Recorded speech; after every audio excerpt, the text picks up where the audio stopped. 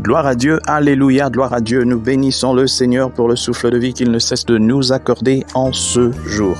Bienvenue à une minute de prière de ce dimanche 9 février 2025. Aujourd'hui, le Seigneur a mis en mon cœur le désir de partager avec vous ce passage des Proverbes, chapitre 13, le verset 7, que je lis au nom de notre Seigneur Jésus-Christ. Tel fait le riche et n'a rien du tout. Tel fait le pauvre et a des grandes richesses. Gloire soit rendue à Dieu. Chers frères et sœurs dans le Seigneur, la vue d'en haut sur les choses et les gens est très différente de celle d'en bas. Le texte que nous venons de lire là nous rappelle le dernier avertissement de Jésus-Christ à ses enfants.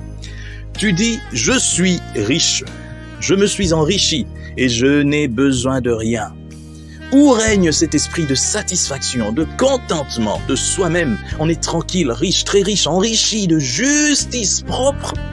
Mais en réalité, on est pauvre, seul et inutile. Oui.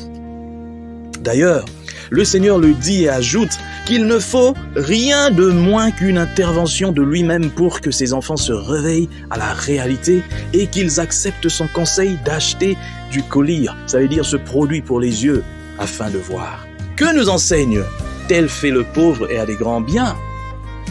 Non pas l'anéantissement de la personnalité, mais bien le contraire, le don complet et l'intelligence.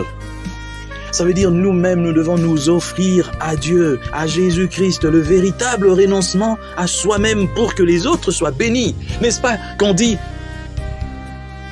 la richesse bien acquise profite à tous? N'est-ce pas qu'il est dit dans la Bible que la bénédiction qui vient de l'Éternel enrichit parce que elle ne se fait suivre d'aucun chagrin. Nous voyons dans ce monde, et surtout dans notre pays, la RDC, beaucoup de gens qui disent qu'ils sont riches. Ils s'enrichissent. Oh, moi je suis ceci, moi. Et surtout quand ces personnes appartiennent à un parti, par exemple, au pouvoir, et c'est dans tous les pays africains, ne venez pas m'indexer, on se dit, bon, on est riche, et puis tout ça. Et puis, du coup, lorsque le régime change, ces gens deviennent pauvres. Ils sont à l'opposition, eux tous. Et ils commencent à combattre le pouvoir. Et deux fois, ils accusent le pouvoir des choses qu'eux-mêmes faisaient. Tu ne seras jamais riche si tu penses que le président de la République va t'enrichir. Tu ne seras jamais riche si tu penses que c'est un ministre, le président de l'Assemblée, du Sénat, qui va te donner l'argent pour t'enrichir. C'est Dieu qui peut faire de toi une personne riche. On n'est pas riche par rapport aux billets de banque qu'on a. Combien de personnes ont beaucoup d'argent, de comptes en banque garnis, mais incapables d'avoir la bonne santé, incapable d'avoir la paix spirituelle, incapable de trouver ce qui peut leur donner la vraie paix, la véritable paix. Or, la véritable paix, on la trouve en Christ.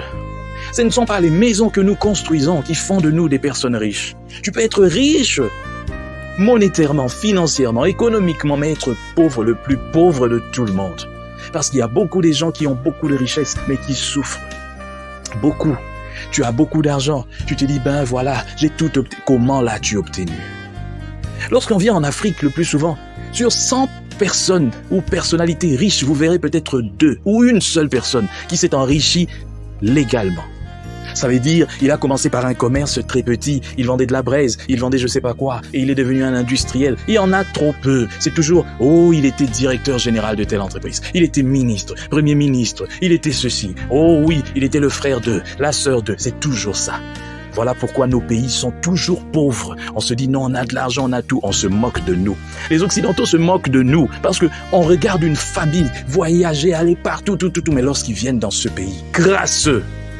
Tu ne seras jamais riche quand toi seul es riche et que ton entourage est pauvre, tu es pauvre. Voilà pourquoi, moi ça me fait rire quand j'entends un pays africain dire « Oh non, nous sommes au top, nous ceci, nous sommes différents. » Mais regardez à côté de vous. Les États-Unis ne peuvent pas être États-Unis si le Canada est sale. Ils ne peuvent pas être États-Unis si le Mexique est sale. Les États-Unis, en tant que grande puissance économique du monde, militaire, influent aussi sur le Canada, influent aussi sur le Mexique. Il y a des millionnaires au Mexique et au Canada parce que les États-Unis est un pays riche. Mais toi, tu es riche seul. Tu veux que toute ta famille vienne s'accroupir, s'agenouiller devant toi, pauvre d'esprit.